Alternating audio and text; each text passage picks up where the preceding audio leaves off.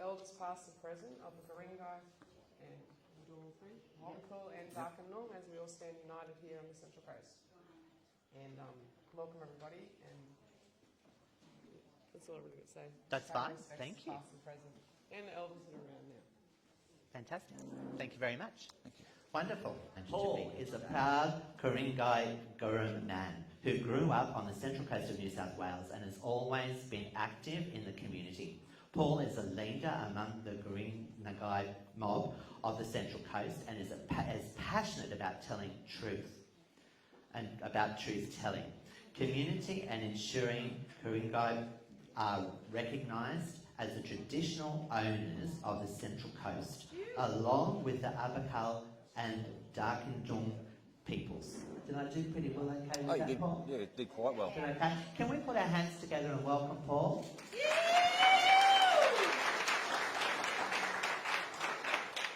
Thank you, everybody. Allah. Hello, in Guring-gai.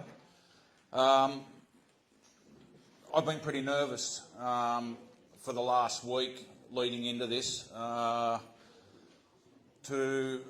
This is a pretty big thing that's happening in our country at the moment. It's a pretty big thing for all communities throughout Australia. So to be able to stand here today and give my thoughts, I feel honoured, and I hope I can do something to help you guys make an informed decision when the time comes. I'm not going to be here to tell you to vote yes or to vote no. To be quite honest, I still don't know where I've been a fence sitter all along, and I'm still looking for that, that knockout punch that's going to put me one way or the other. And I have notes, guys. So sometimes once I get going, it's like getting the microphone at a party and starting to sing songs. I don't give it back. So I've got notes to keep me on track, and if I get off track, I'll just go back to my notes and try and make as much sense as I possibly can. So to be honest, as I've said, I've spent the last week putting something together that's made sense. Something that would be informative. Most of all, I wanted to be as neutral as possible, but still following my gut. And experience tells me that my gut instinct is what I need to listen to. To be quite honest, a lot of the information out there is quite confusing. I'll be brief today, and what I'm going to concentrate on are the actions of government while they propose their referendum for the voice. I've pulled a few concerning items from a recent article that I'd really like to share with you today in and around that subject. Recently, throughout the Central Coast, our elected Labor leaders have set out on a series of community forums with an Aboriginal organisation that have been a big part of advising the government on the referendum.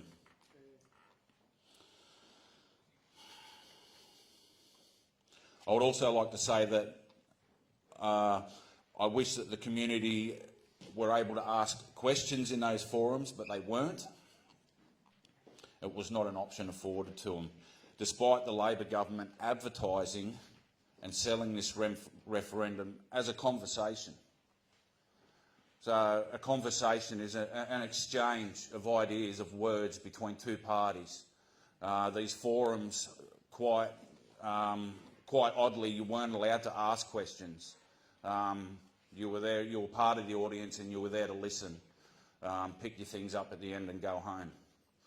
There were no questions to be asked. Today, you have that luxury to ask questions. I'm not a constitutional lawyer. I'm a wall and floor tiler. I'm proud of who I am. I'm a proud Guri man of the Central Coast, of the Guring-gai people.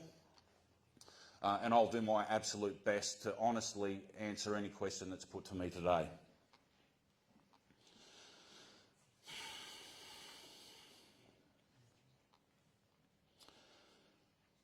So, as we can see, by not allowing the community to ask questions, by pushing this referendum, their actions are not matching their words. It was not a conversation. Recently, the Labor government sacrificed one of the world's most exquisite rock art galleries. It posts more than 1 million petroglyphs that date back to more than 40,000 years. So this is in recent time. Okay, this is all why the referendum's going. The referendum to change Indigenous lives for the better. Our Environmental Minister, Tanya Plibersek, has allowed the construction of a large fertiliser plant at Murujuga, over 1 million petroglyphs, and a really good link from the Central Coast, Bungaree, who I descend from, navigated with Matthew Flinders. There's a piece of art that's been found over there at Murujuga, Damper Archipelago. That is, it's a painting on a rock of a red ship, okay, identical to a painting on a rock on the Central Coast area. So they believe that on Bungaree's second circumnavigation that he was responsible for that painting. Just a little bit of trivia there to link us with the Murujuga situation over there. And again, a fertiliser plant. I don't get it. I don't get it. This was to allow the construction of large fertiliser plant. Labor's Environmental Minister Tanya Plibersek rejected an emergency cultural heritage application by traditional owners to stop removal of sacred art. So they put in an objection to it, and it was rejected. Recently, Labor has also pumped $1.5 billion into the Middle Arm petrochemicals plant, a development on Larrakia country, with no consultation with the traditional owners and no consent. This petrochemicals plant is going to support the aggressive expansion of gas production across the Northern Territory, including the Beetaloo Basin and the Barossa offshore gas rigs and pipelines. And it needs to be known that these projects are fiercely opposed by the traditional owners of the land. Our new submarine deal, the AUKUS agreement, will see nuclear waste sent to our Central West communities. Our Prime Minister, while delivering the wording for the Voice to Parliament referendum, got quite emotional, surrounded by prominent Aboriginal and Torres Strait Islander representatives. And just a month later, he was at the coronation of the King Charles III, swearing his allegiance to the same crown that invaded our land, massacred our people, stole our children and stripped us of our culture. A report on stolen generations, the Bringing Them Home report, has sat idle for almost 25 years, whilst our Aboriginal and Torres Strait Islander children continue to be forcibly removed from their kin. The Labor government still ignores its own findings and recommendations of the Economic Inclusion Advisory Committee. Attorney General Mark Dreyfus are refusing to raise the age of criminal responsibility to 14. Currently, we have 10-year-olds lingering in youth detention centres. The recommendations around this issue still remain with no action. In fact, the Dondale Youth Detention Centre that does house 10-year-old children has recently been expanded and not abolished. The archaic commitment to cruelty. So this is really hard to comprehend this stuff. The archaic commitment to cruelty that has Australia on the verge of being the first OECD, the Organisation for Economic Cooperation and Development, nation to be placed on a non-compliance list for failing to meet basic human rights obligations for the prevention of torture. So I'm just going to say that again, just in case nobody heard me correctly. Australia is on the verge of being the first nation to be placed on a non-compliance list for failing to meet basic human right obligations for the prevention of torture.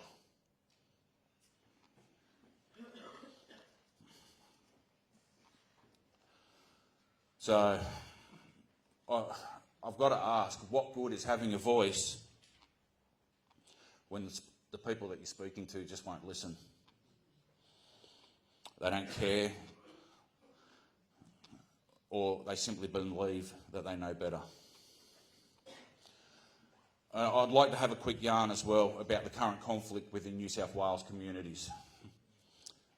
This is something close to my heart, something I've put a little bit of work into, and then this conflict is generally around land council business, spawning from a lack of recognition of traditional connection to country by the New South Wales Aboriginal Land Rights Act of 1983. I believe the voice promises to have similar impact. It has not been called for by Indigenous people per se, but a small, elite group. And it promises little for huge effort. The Karma Langton report details a strategy that will elect members based on colonial political boundaries rather than Aboriginal boundaries to country. This is the creation of new Aboriginal groups that will be in conflict with traditional groupings. And this is ever so prevalent here on the Central Coast. Our national parks, our state forests, our waterways are full of the stories of the Guring-gai people, my people, here on the Central Coast. Budai National Park, Brisbane Water National Park, Ku-ring-gai National Park.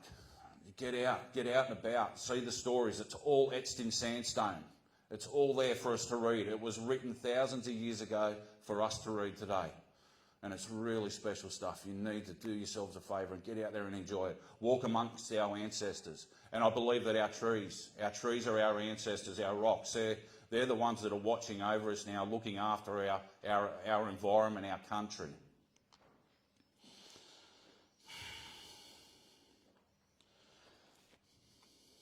We have research of acclaimed academics, emeritus professors and elders who will all tell you the truth about the Guring-gai people.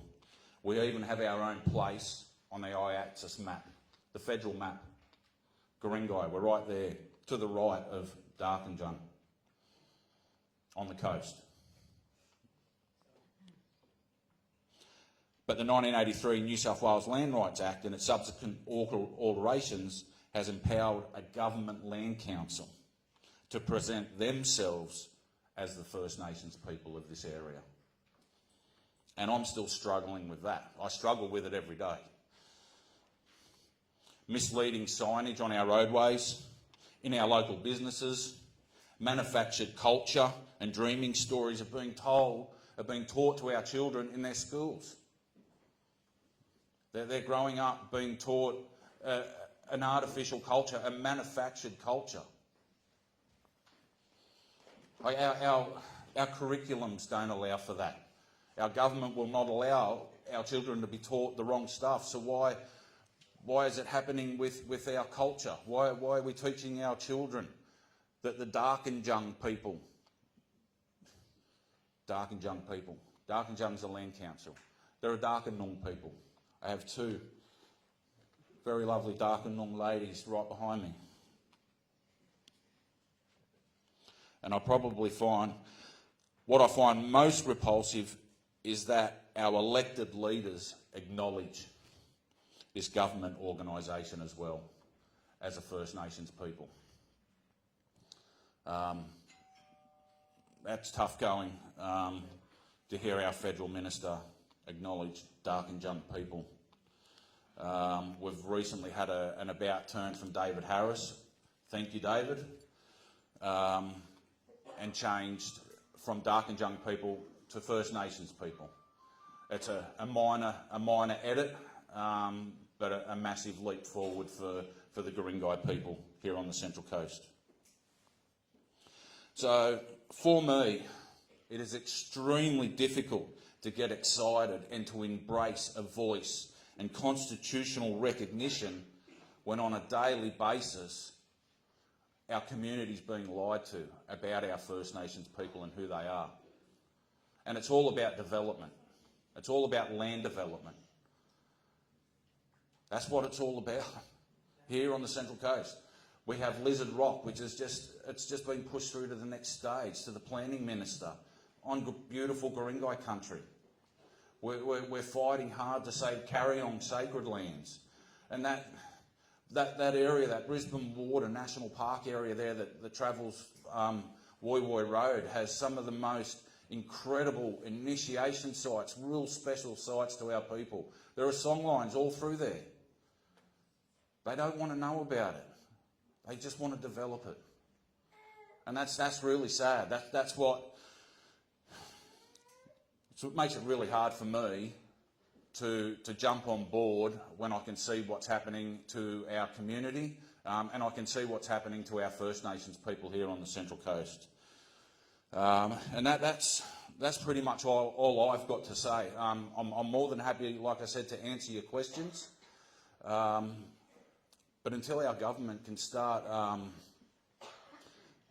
matching their actions with their words, well, I'm still going to be a fence sitter. I know that time's going to run out where I've got to make a decision real soon, but I hope they can give me something that proves what they're doing is right. Thank you.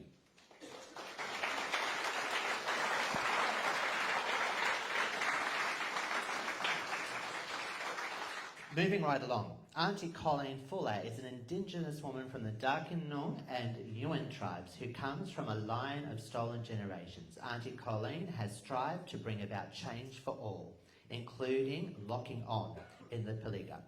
This involved camping on the roadside of the Central Coast for over 2 months to successfully save Bambara, part of the Carry-on sacred lands, standing up against large mining companies in Calga, New South Wales, fighting to protect natural habitat and wildlife from unsustainable and destructive development in Carry-on and Wadalba, New South Wales. Could we please put our hands together for Auntie Colleen?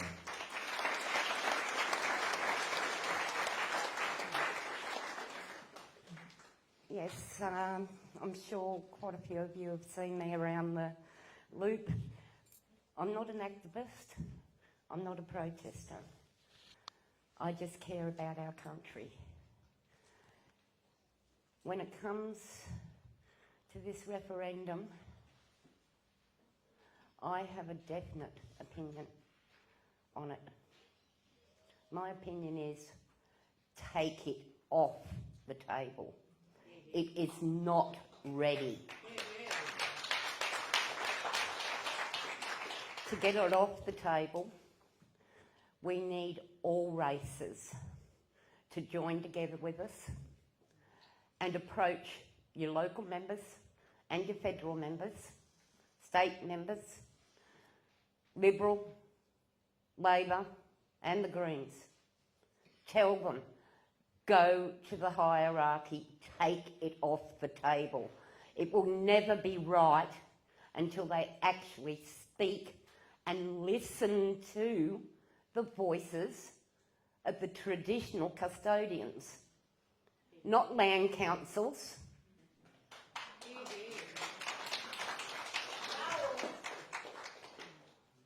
If any of you have had the opportunity to actually read what this is all about, there's nothing that really tells you what it's all about. It doesn't tell you who is going to be our voice when it comes to the crunch. We know that whoever is going to be the voice, if this goes through, will be appointed by the government of the day. So Labor ends up getting out, Liberals come in, because let's face it, we're not going to have any other major party. It's the way it's set up. They choose, when they get in, who's now going to be on the committee or a board that is allegedly going to be the voice of the people. We already have David Harris, who was the Shadow Minister for Indigenous Affairs and now is the Minister for Indigenous Affairs. The local bloodline traditional custodians of the Central Coast have on numerous occasions tried to voice our opinions on different things here on the Central Coast. He won't listen to us. So what's this referendum, this voice, this changing of the Constitution going to do for any of us? And I'm talking about not just the Indigenous people, I'm talking about all races here. It's Australia. We are a multicultural nation now. It's something that is going to affect everyone, not just the Indigenous people. So if you get a chance before, hopefully this referendum doesn't go through and it's not put to a vote, but if you get a chance, read up on it, read as much as you can, because it's not truly giving a voice to the Indigenous people, and it's actually making people more racist against the Indigenous people because they think, oh, the Indigenous people are going to get everything now, they're going to take our land, so on and so forth. We don't want to take people's land. We want people to respect the land that is here. We have our storylines. Our stories are written in the sandstone, and they're there for the rest of our lives. But we have the likes of Darkinjung Land Council here on the Central Coast, and this is happening with other land councils as well, but an example here on the Central Coast. They're a carry-on Woy Road, right next to an area that, yes, I camped on the roadside to protect, and we won. Right next door to that is where the Land Council wants to develop.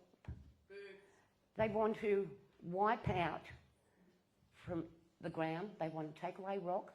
Where's our stories? Our stories are on those rocks there. We have carvings there. We have in the area there, which traditionally I'm not allowed to go on because it is a men's area, but I have walked on that land with the permission of our ancestors. I spoke to them before walking on the land, and I saw carvings there, carvings that Darkinjung Land Council are saying are not there. Now I walk with a walking frame. I was in a wheelchair when I used to camp on that road there. I know what is there, and they're going to be our voice. No, thank you. They want to wipe out our history. The Central Coast was made up of three main mobs: the Guring-gai, the Darkinjung, and the Awabakal. That's why we stood together. Unfortunately, we didn't have an Awabakal here, but we stood together when the welcome was done because we're neighbours, we're family, whether people like it or not. We didn't interbreed. We knew about you don't marry your cousins, your brothers, your sisters, so on and so forth, before the colonisation occurred. So yes, we're neighbours. At one stage or other, my Darkinjung people would have married into the Guring-gai or the Awabakal. Now, I'm Yuin and Darkinjung. Yuin is the south coast. Darkinjung is the ranges. They did come down to sections of Tuggerah Lake. As I said, I'm Yuin Darkinjung. I was in an elders gathering, an elders Olympics last week, and I met 5 other people who are Yuin and Darkinjung. Now, considering Yuin's the south coast, Darkinjung's the central coast, that would make you think, oh geez, how? That's so far apart. We didn't have cars back then. But we used to walk up. We have areas where there would be corroborees held, that different mobs from far afield would come and meet here on the Central Coast. the issue once again comes down, because I talk a lot about the Central Coast because I live here and it's part of my mob. Darkinjung knows that that's there. They want to develop it. I don't know whether many of you have heard the smart cities. Darkinjung Land Council is working in cooperations with the government on the smart cities. There's a board that they have for the smart cities. One of the CEOs was, I'm not going to name names, I'm sorry, but one of the CEOs of Darkinjung Land Council is actually on the committee, the board for the smart cities. They want to wipe out our true history of the Central Coast for the Indigenous people. And this, once again, is happening all over Australia. That there are now corrupt land councils that are made up of different people from different mobs from different areas. At the moment, our voice isn't being heard. There's a section of land not far up on the edge of the Central Coast line that is getting developed at the moment. It's the Wabakal land, which adjoins Guring-gai land. Darkinjung Land Council has said, and it's in print, it's in the Central Coast News, that people that are members of the Darkinjung Land Council will benefit, they will get some houses. I'm not a member of Darkinjung Land Council, they won't let me be, because they know I speak out against them. Where's our voice? We don't have a voice. What's going to happen if it goes to a vote? We're still not going to have a voice. I have spoken to David Harris a number of times, trying to get him to sit down and have a meeting with the traditional bloodline custodians of what is classed as the Central Coast. If he won't listen to us, how is he going to listen to any other people that are in New South Wales? We've all got the same issues. They're not listening to us. I'm listening to people that are in New South Wales. I'm also listening to people who are in the other states and territories. They're all coming to me and saying, we don't want this. This isn't our voice. We didn't ask for it. And if the people think the Uluru Statement from the Heart was brought in under Liberal now, and they were, yes, yes, yes, yes, yes, this needs to be done. Then when Labor got in, oh, by the way, Labor was against it. I think you're all aware of that. Then Labor gets in, and suddenly they're all yes, yes, yes, yes, yes, this has all got to be pushed through real quick, and Liberals are against it now. Does that make any sense? You know, does that not tell you that they're basically two peas in a pod? You know, they want to fool the public. All races, not just the Indigenous. We need you all to stand together with the Indigenous people and say, no, we don't want this on the table. We want you to talk to the traditional bloodline custodians and then put something together, not talk to government-approved land councils and whatever. We need it taken off the table. I'm not telling you to vote yes, vote no. I'm telling you, get it taken off the table and urgently. Thank you very much.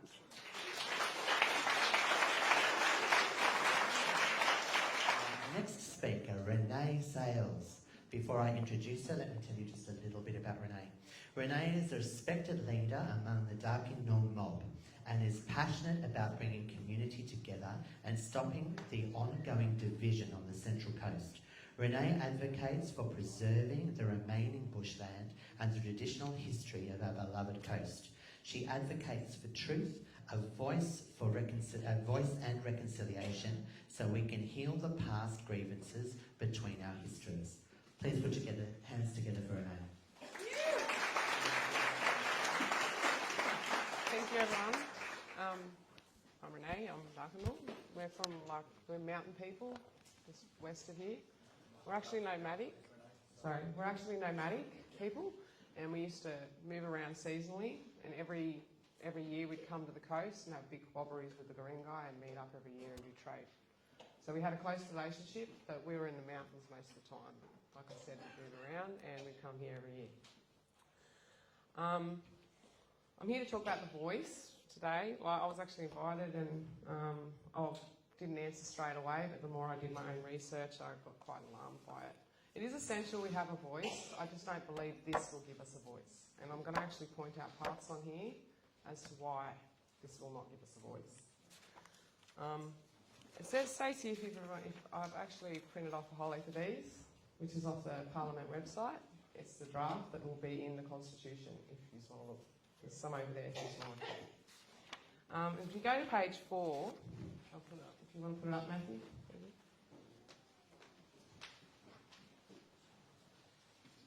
The voice will be an independent advisory body that would be empowered to make representations to the Parliament and the Executive Government on matters relating to Aboriginal and Torres Strait Islander peoples. The intention is that the members of the voice will be selected by Aboriginal and Torres Strait Islander peoples based on the wishes of the local communities by such means as the Parliament specifies. You'll notice David Harris isn't here today and none of the Greens members are here today. And the reason for that is, where it states there, communities by such means the Parliament specifies. They specify land council communities, native title communities. It is not compulsory for an Aboriginal person to be a member of a land council. It is a choice. Not all Aboriginal people actually support land councils. There's a lot of division in them, and some people don't want to join because of that division within their people. It says also that it will be the advised, they expect it to be, where does it say? The intention is that the members of the voice would be selected by Aboriginal people. Basically, we've already got, every 4 years in the State Land Council, we already have elections. And if you ever look at the State Land Council, you'll see it very rarely changes. It's always the same people elected every 4 years, and I don't know how. So we've already got that system in place. As for an advisory board, we've already got advisory boards. We have the Coalition of Peaks. We've had the Prime Minister, what is it? Sorry, I'm shaking, I'm nervous. Thank you. We have the Prime Minister's Indigenous Advisory Committee. That was another advisory board, just like what they want to create in the Voice. We've had plenty of advisory committees. As well as that, the New South Wales State Land Council also advises. That's an advisory board as well. That we vote, just like this, that they put, you know. So, personally, I just don't, it's just basically what we're fighting against now, except when they put it in, if you vote yes, it'll be constitutional, we won't be able to change it. Because it'll only be the community groups they specify. It will not be all Aboriginal people, it'll be who they specify as an Aboriginal person. And that's why David Harris isn't here today. He doesn't recognise us as a community group. He doesn't recognise us as, we're not parliamentary specified as a community group. So that's why he's not here, to hear our voice. And that will happen if it gets in the Constitution. He still won't hear any of us because we're not a specified community group in his eyes. What else? I also want to go to page 9. You can put that up for me. And it states here, Article 25 of the ICCPR. Now, the PR is a United Nations Human Rights Declaration. And it provides that every citizen shall have the right and the opportunity to take part in the conduct of public affairs directly or through freely chosen representatives. Now, when it says directly or through freely chosen representatives, it makes you feel like that's two options, right? Yeah? And directly, you would think that's me to you. Could you please put up the international law definition for directly? Citizens participate directly in the conduct of public affairs when they are elected to public office, and they also do so when they vote to decide public issues through a referendum process. Indirect participation takes place when people elected bodies such as parliaments to represent them. If you kind of look up there, it says citizens participate directly in the conduct of affairs when they are elected to office. In other words, so when it says here that public affairs, to conduct in public affairs directly or through freely chosen representatives, directly or through freely is of the same meaning. There is no or. It actually means the exact same thing. So that's an illusion and it's misleading. Very misleading because it makes you think that you're going to get two options to have a voice. Both words mean the same thing. So directly to you and me isn't what directly in law means. And definitions of words in law are different. It's called jargon. You know what I mean? If you ever do study law, the first thing you'll learn is what just means. You know, and things like that. So whenever you, they know the general public have no idea what these things mean. You know, and it's easily led. So that's why I just really wanted to point out these parts. If it's essential we have a voice, I just don't believe, I'm kind of with Colleen, I wouldn't mind it being taken off the book and redone because I don't think it should be local communities that the Parliament specifies. That doesn't give people a voice, that gives their chosen people a voice. And I don't know if anyone's noticed, but a lot of Crown land's about to be given to the land councils, which is one of their specified community groups. Okay? To me, the nation's about to be robbed. Okay? Because none of us are going to have that land back, and neither will you. I'd like to share it, you know, because that's what it's about. We share.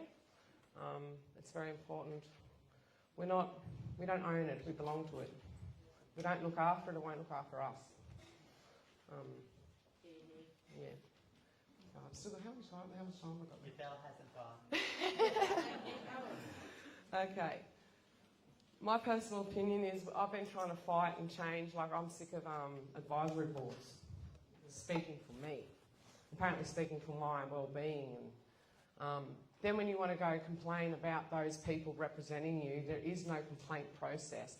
And that's how we end up. So like even for the Land Council, for example, you go to the board, you get nowhere. You go to the registrar, you get nowhere. You go to the State Land Council, you get nowhere. So you go to the Aboriginal Affairs Minister, you still get nowhere. You just keep going up and up and up and up the chain to find out there is absolutely no complaint process for anyone.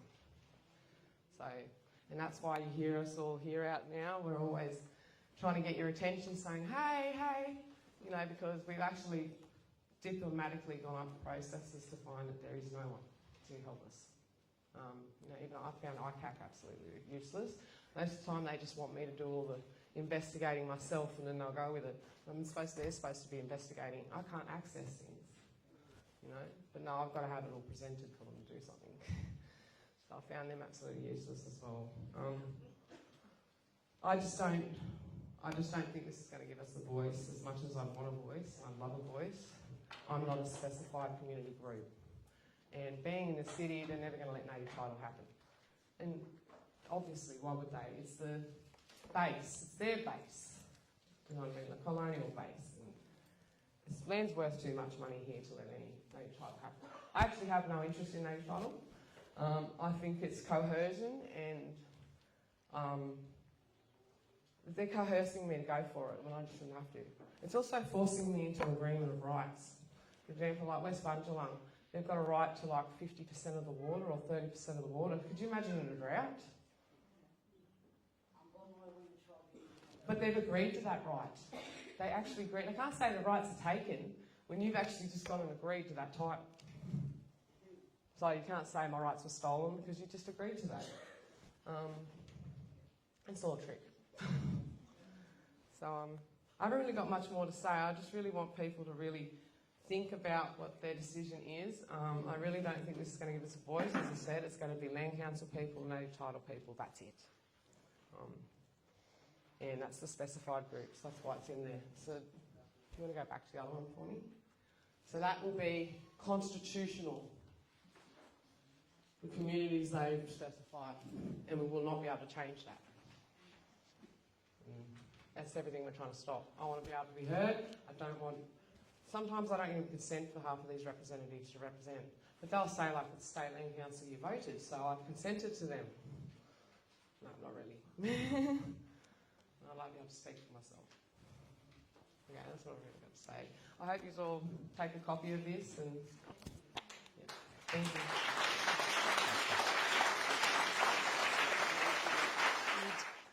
The 7 local custodian land councils, under the signature of Nathan Moran, write all the 7 land councils refund to recognise the Guring-gai.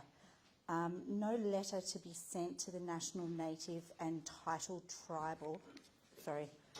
Tribunal, and more recently copied by the DLALC in advance to Carry On Progress Association to support the land development application in Carry On.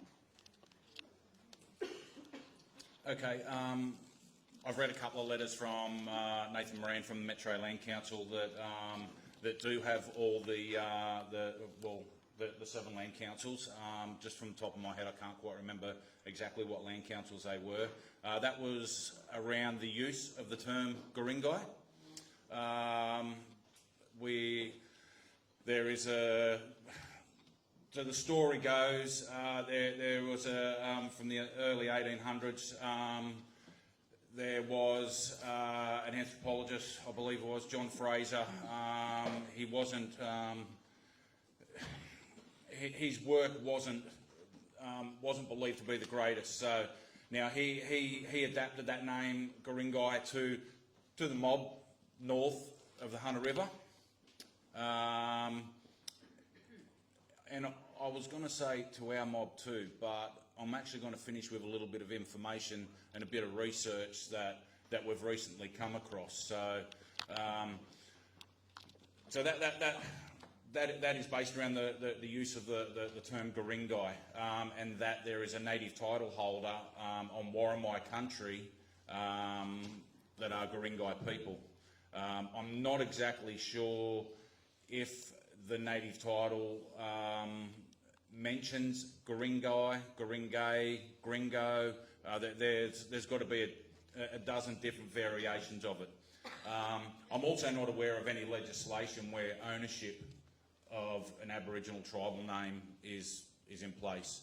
Now, the little piece of information that I've got is we've been digging really hard for a long time now to try and, more about our history, because we knew this wasn't right, and we have found some old survey papers of Broken Bay, and there's a short story within one of those survey papers from Matthew Flinders and George Bass, who were on board a small boat, the Tom Thumb, at the time.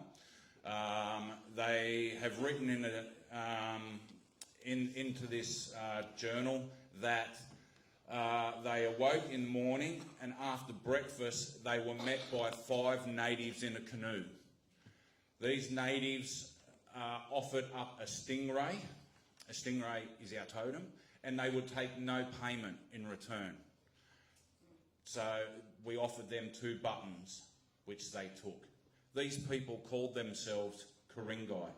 That was March 9, 1796. That's about 50 years before John Fraser even threw any terms around for any mobs in New South Wales. So from that date, March 9, 1796, we have evidence there now of Matthew Flinders and George Bass having an interaction with an Aboriginal group of men in a canoe, and they referred to themselves as Ku-ring-gai. So I don't know where the whole ownership of the term Guring-gai is going to come from now, but that is pretty much the basis of that letter from Nathan Moran, that we cannot use that term. And that letter's gone to many people. This is the kind of propaganda and rubbish that we're dealing with. Like, this is absolute rubbish. And we've had our signs, you know, any reference to the Guring-gai has been pulled out of national parks. Why? Because we had some senile old man present himself and mislead Parliament that wants to own the name Guring-gai. I just don't get it. But that's the idea of the Nathan Moran letter. Very powerful man. He's got a lot of money, but he's just dead set wrong. Yeah, Auntie Colleen just wants to answer a little bit more to that. Cool. Thank you. Yes, look, as Paul said, it's the linguists that have caused the issues, but these days it's the land councils that are also causing the issues. Dark and Nung is a mob. Dark and Nung, N-U-N-G, is a mob. And Dark and Young, with a Y, is our language group. So our history is getting changed by land councils because they're calling it their countries, Dark and Young country. You know, it's putting a bad name on the traditional bloodlines, which are Dark and Nung and Dark and Nung. It's the linguists that came here to this country that have caused debate. And just people, you know, the wider communities need to listen to the traditional bloodline custodians, because we're the people who have had the stuff passed down to us verbally by our elders, our ancestors. We know who we are. These government bodies don't. Linguists didn't know. They came to us like, for instance, as I've said before, I'm Yuan as well as Darkinal. Yuan means man. When the linguists came and said, who are you? I'm Joe Blow. The Indigenous people would say, I'm Yuan. I'm a man. Well, I'm not a man, but, you know, he was speaking to a Yuan man. You know, so this is the misunderstanding, and this is where it's causing different mobs to fight against each other, because the linguists are the ones who gave us our names, because they misunderstood what we were saying. So if people understand that, you know, there is a lot of wars going on in, you know, the Central Coast, other areas as well, about who are the traditional custodians. The land councils aren't. They're not the traditional custodians. And here on the Central Coast, we have the Guring-gai, as I said before, the Darkinal and the Awabakal, that share what is now known as the Central Coast. Our borders weren't what white man has made them. So we are who we are. We know who we are. Thanks, Auntie Colleen. Next question is for Renee. What time frame for Crown land to be given to land connects? What is the impact on adjacent lands? Adjacent lands? Yeah, You mean like national park lands and stuff like I that? would presume so, yeah. I'm not sure until it happens, to be honest, but it's been in the newspaper already that they're giving land to the Darkinjung Land Council, Crown Land, and to the Orange Lands Council, and I think at Ku-ring-gai with a Q. You're already seeing what Darkinjung is doing to the land and what Metropolitan Land Council is doing to land, so I don't know what it will mean for the national parks adjoining land, but I'm sure it's all in the newspapers if you do look it up. They've been given thousands of hectares already of Crown land. It's just a trial run at the moment, so I mean, if we're flat out stopping the developments now, so just think all that bushland is Crown land right now, which you guys were actually able to get a 99-year lease on yourselves. If you didn't know, you won't be able to now, and no one else will be if they do get it.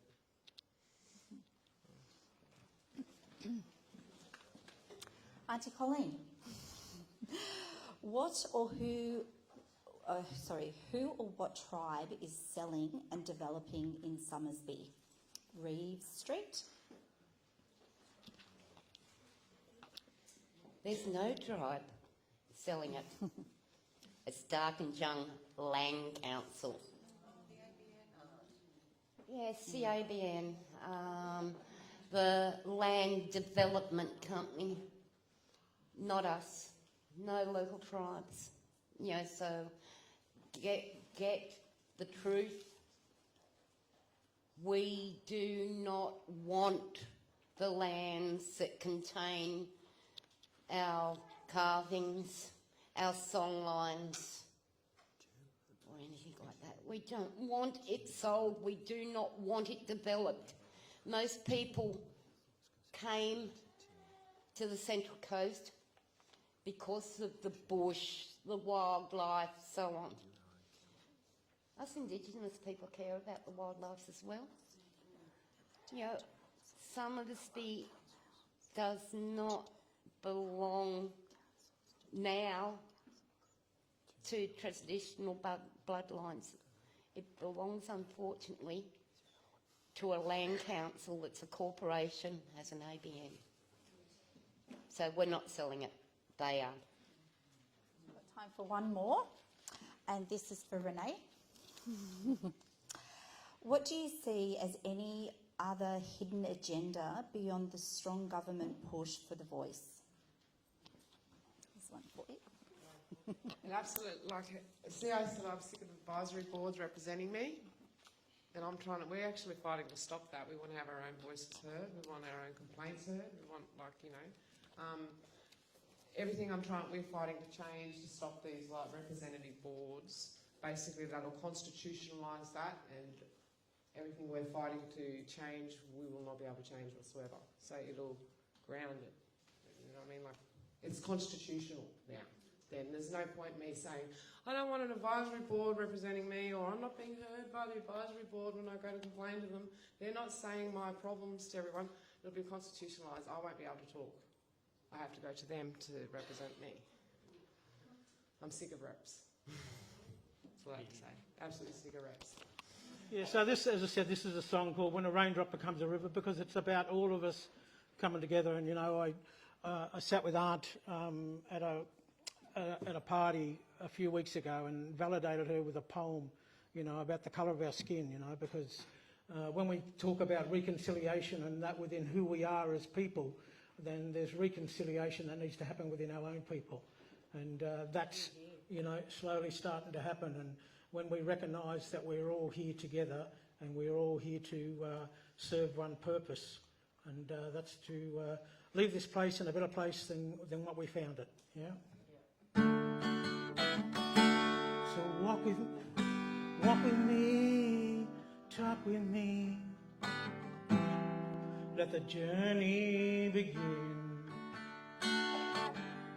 Share with me, care with me, let's go places we've never been. 'Cause when a raindrop becomes a river, it'll flow to the sea.